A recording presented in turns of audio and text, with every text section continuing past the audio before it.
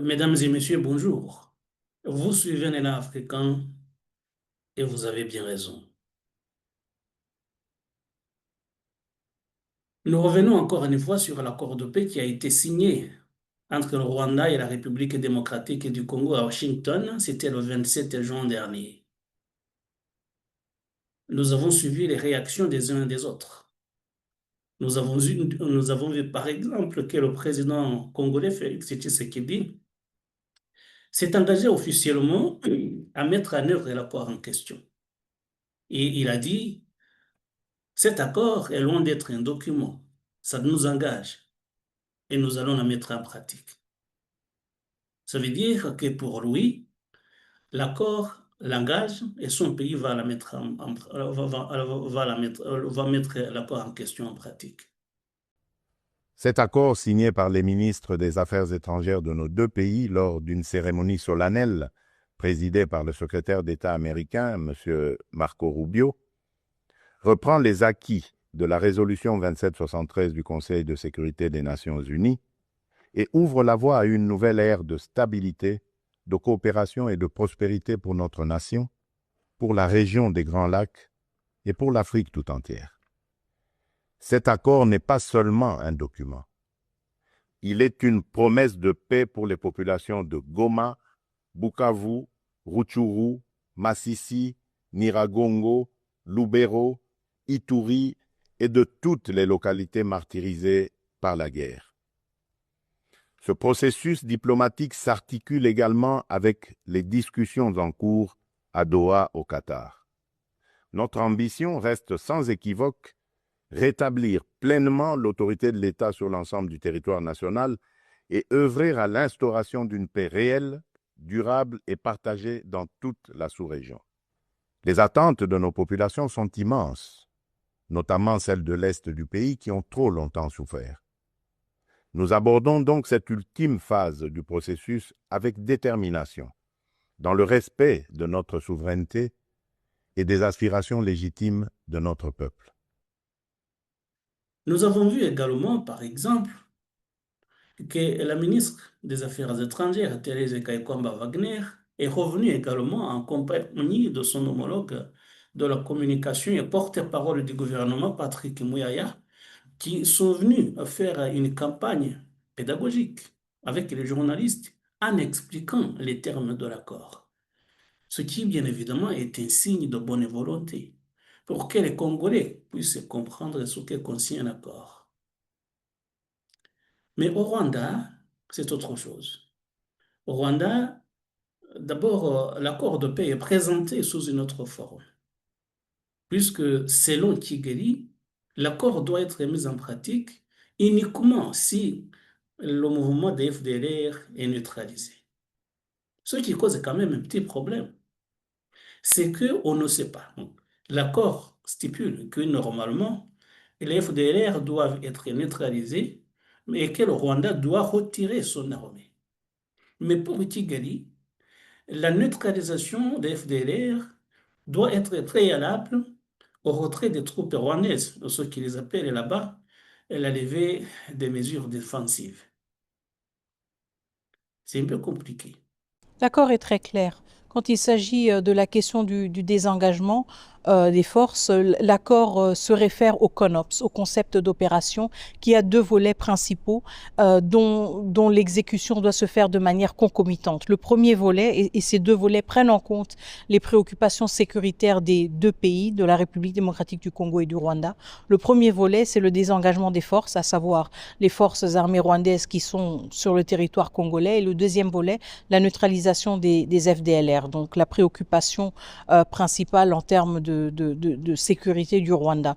Et l'accord est très clair là-dessus. Il parle justement du CONOPS comme la boussole, si vous voulez, pour ces questions de désengagement des forces et de neutralisation des FDLR. Et le CONOPS est un document extrêmement détaillé, justement, qui explique de manière très minutieuse comment procéder justement à ce désengagement des forces et à cette neutralisation, et comment aussi en assurer la concomitance pour que les préoccupations des deux pays soient prises en compte de manière continue, mais aussi de manière égale. Et nous avons vu également euh, l'envoyé spécial américain sur le continent africain, Mansa de Boulos, qui a parrainé cet accord. Nous avons vu dans une interview accordée à la chaîne de télévision française France 24, revenons sur justement les deux opérations qui doivent être faites. La neutralisation de FDLR et le retrait des troupes rwandaises. Et pour lui, les deux opérations doivent être simultanées.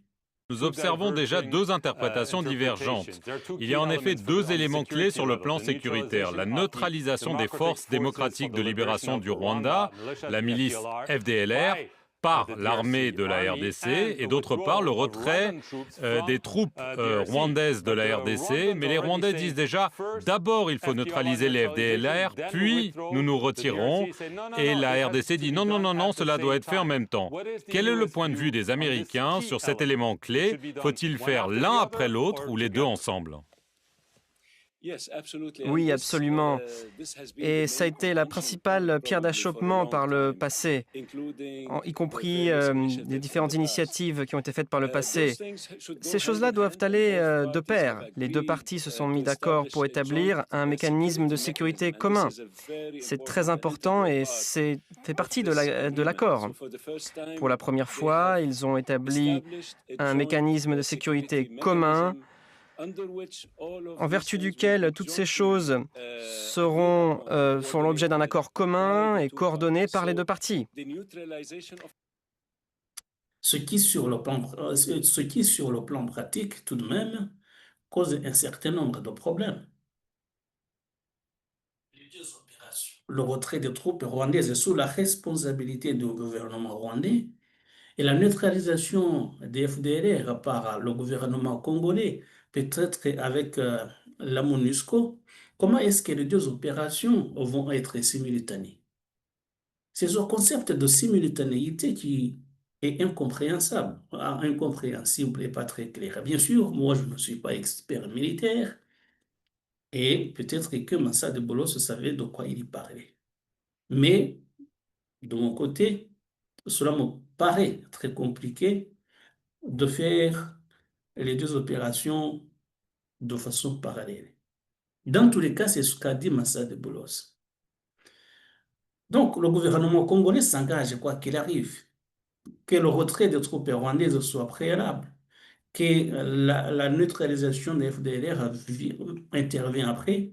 Le gouvernement congolais s'engage à collaborer et à faire tout ce qu'il faut pour que l'accord soit respecté. Mais on comprend que du côté de Kigali, tout de même, il y a une sorte de mauvaise volonté, en fait. Une sorte de trouver des prétextes pour que l'accord de paix ne soit pas respecté, ce qui ne surprendrait personne d'ailleurs, puisque l'accord exige le retrait des troupes rwandaises, et si les troupes rwandaises se retirent, en réalité, le mouvement AFC M23 va s'écrouler, puisque c'est un mouvement qui n'existe que par le soutien de l'armée rwandaise. Et donc, c'est là. Et nous savons également que si les troupes rwandaises se retirent, que la région est sécurisée et que les investissements aient lieu, normalement, c'est le Rwanda qui va perdre. Je dis bien les dirigeants rwandais, peut-être le peuple rwandais, peut trouver son compte plutôt dans les investissements qui vont être faits dans cette région en trouvant du travail et de façon légale. Donc, quand nous voyons les réactions des uns et des autres, on comprend que du côté congolais, il y a une bonne volonté bien visible. On voit que Kigali traîne les pieds quand même, essaie de trouver des prétextes. Et on l'a bien compris ce vendredi. C'était à l'occasion de la célébration euh, de la journée de libération nationale, célébrée chaque année le 4 juillet.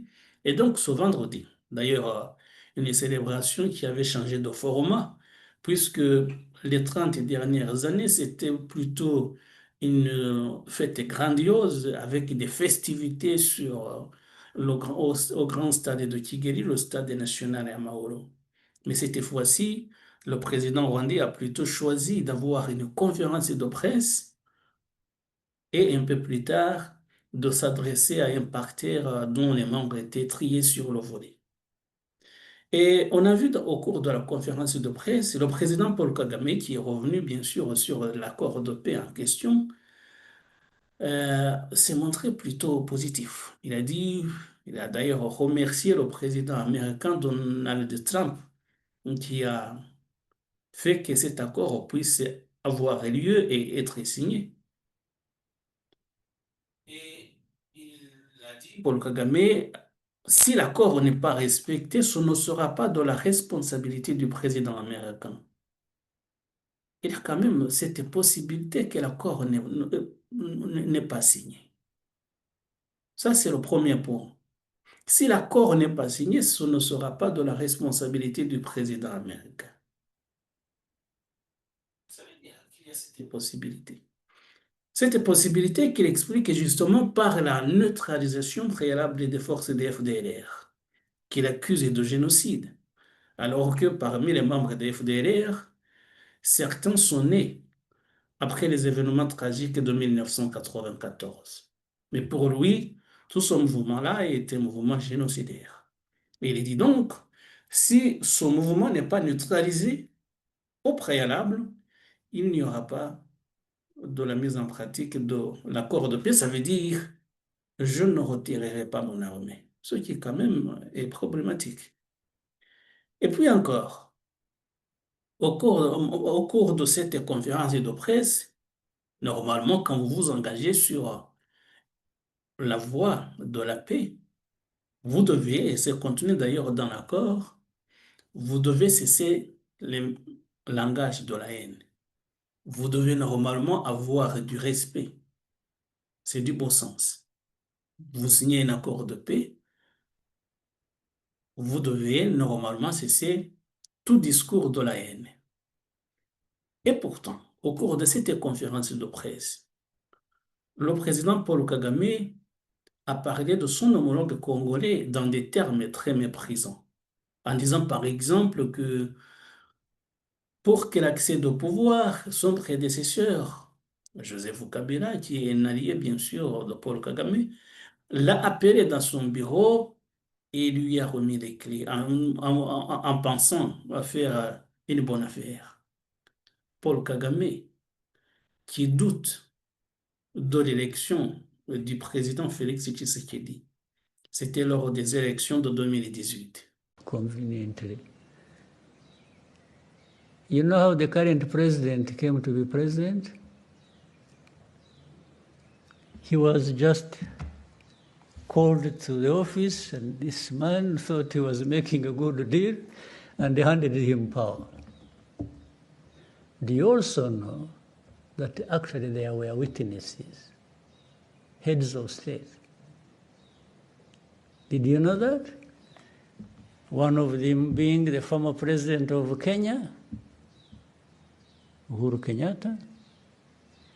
The other one being the president of Egypt, Sisi. The other one being President Ramaphosa of South Africa.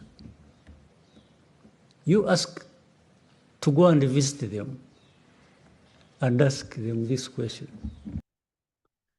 On ne va pas entrer dans le détail. Comment Félix Tshisekedi est arrivé au pouvoir? Puisque cela, justement, ce sont des affaires internes entre les Congolais. Et soit dit en passant, vous avez vu dernièrement que normalement, il y a un opposant qui s'appelle Martin Fayulu. Martin Fayulu, qui dit être le vrai président élu en 2018, qui est donc un opposant, mais qui dernièrement est allé rencontrer le président Félix Tshisekedi. Donc, il a dépassé ce qui a eu lieu.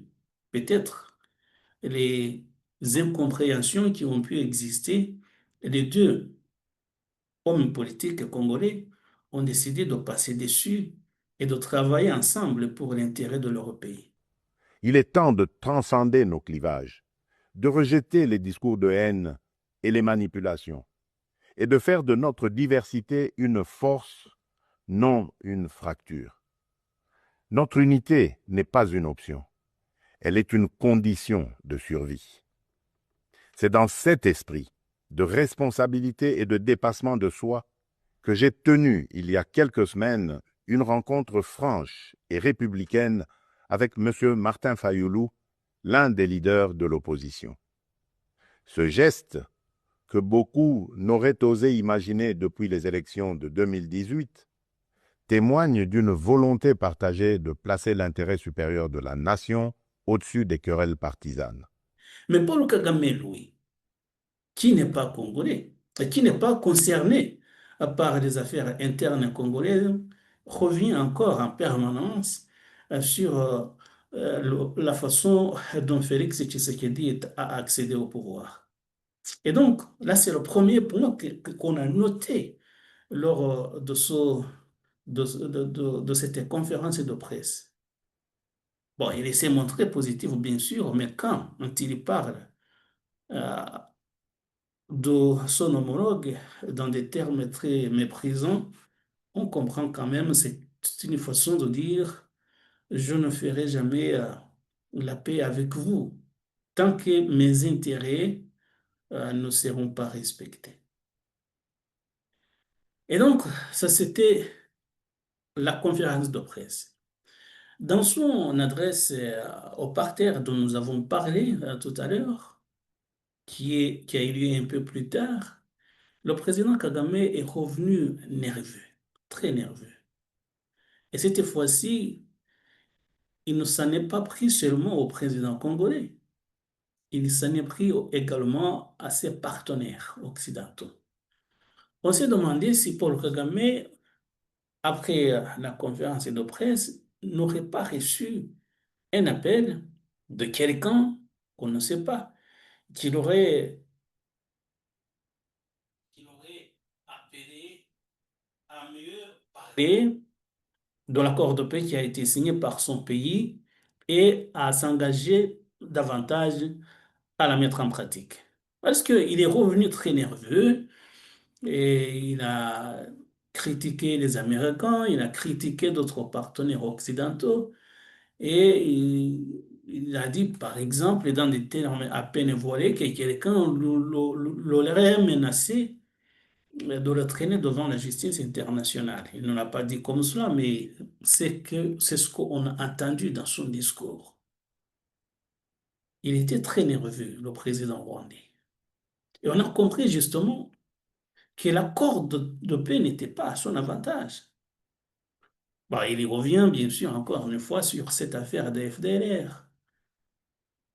Mais on comprend que le président Paul Kagame ne tient pas à cœur ce qui a été signé à Washington. Et ce qui a surpris également son auditoire, c'est quand il a parlé des événements de Goma et de Bukavu. Vous savez, les villes occupées officiellement par la FCM 23 depuis le mois de janvier. Il a dit, si vous saviez ce que nous avons trouvé à Goma et à Bukavu, vous comprendrez ce que je suis en train de dire. Puisque pour lui, il y a des pays africains qui avaient envoyé son armée soutenir, selon ces termes, le gouvernement qui massacre son peuple, en parlant du gouvernement congolais.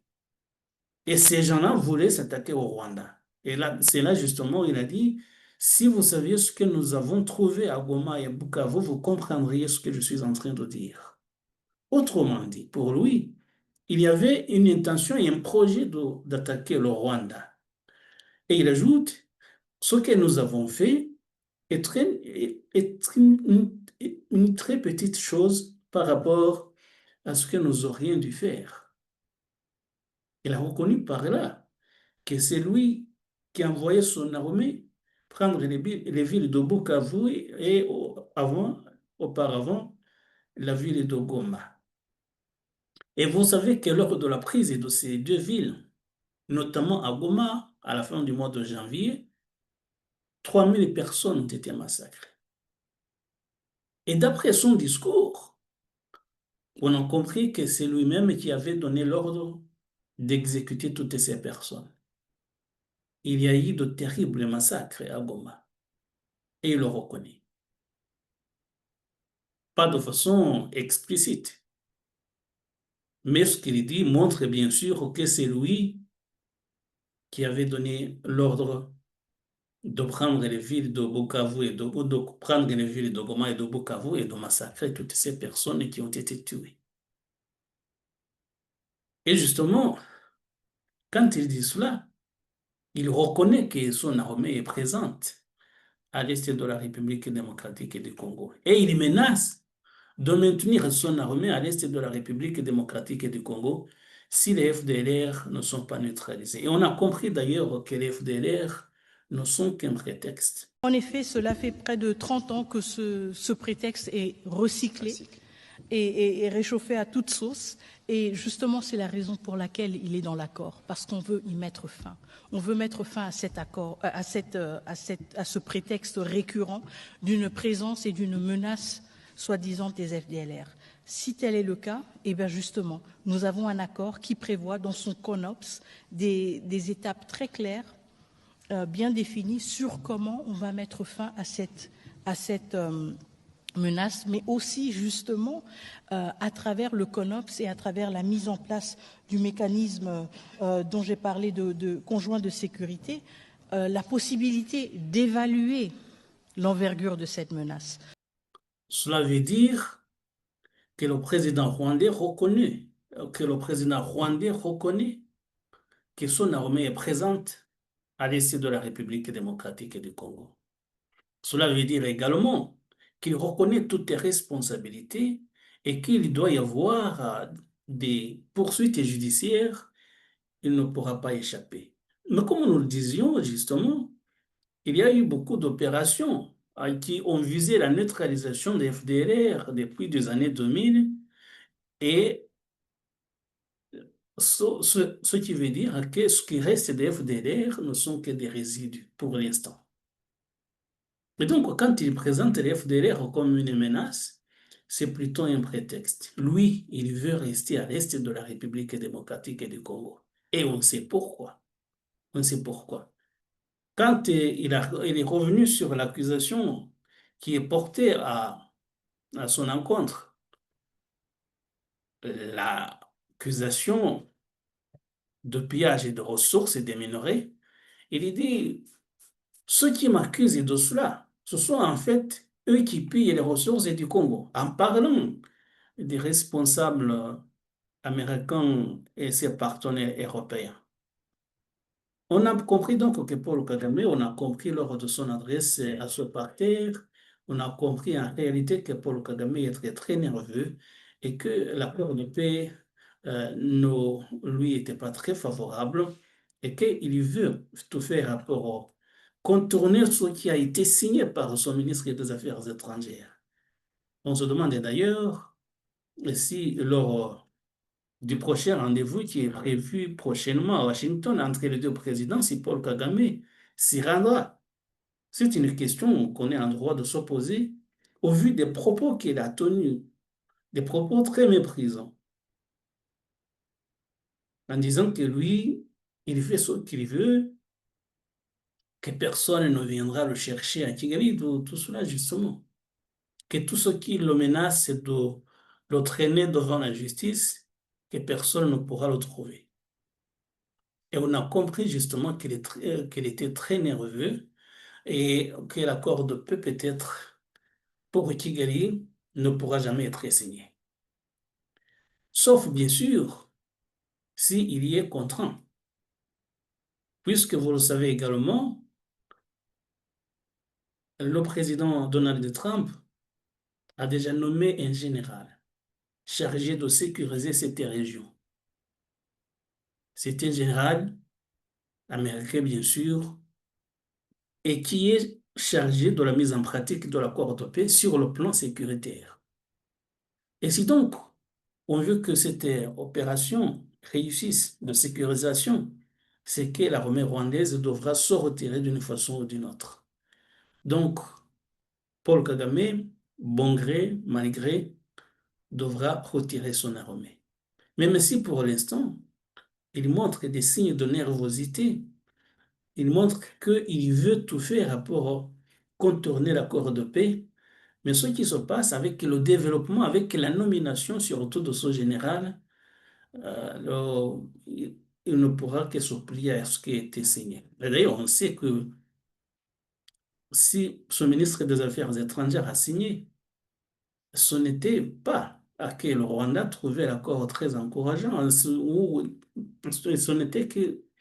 n'était pas que le Rwanda trouvait que l'accord lui était favorable, mais c'était tout simplement pour sauver la face. Mais en attendant, s'il trouve un autre moyen de ne pas la mettre en œuvre, il ne pourra que le faire.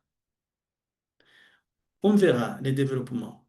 Mais on a suivi également une conférence de presse de ce mouvement AFC M23 qui dit que l'accord de paix de Washington ne l'engage pas, mais en même temps, qui nous apprend que d'après les informations à sa disposition, à la disposition du mouvement, l'armée congolaise se prépare encore au combat et qu'il y a des militaires américains qui sont déjà présents à Kisangani. Et si cette information s'avérait vraie, cela voudrait dire également que la nomination du général dont nous parlions tout à l'heure, couplée de la présence des soldats américains, ça veut dire que le président américain mettrait les bouchées doubles pour la sécurisation de cette région.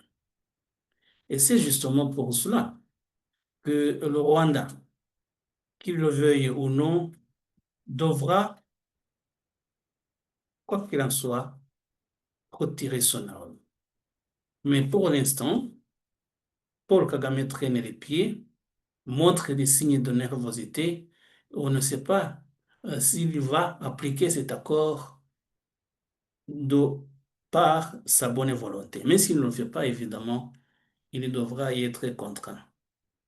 Évidemment, on verra ce qui va se passer dans l'avenir. Nous y reviendrons forcément, mais dans l'entretemps, nous voulions souligner cet aspect, les réactions des uns et des autres et surtout les propos de Paul Kagame de vendredi qui nous ont interpellés. Et voilà, mesdames et messieurs, merci de nous avoir prêté attention. À très bientôt pour d'autres sujets. Au revoir.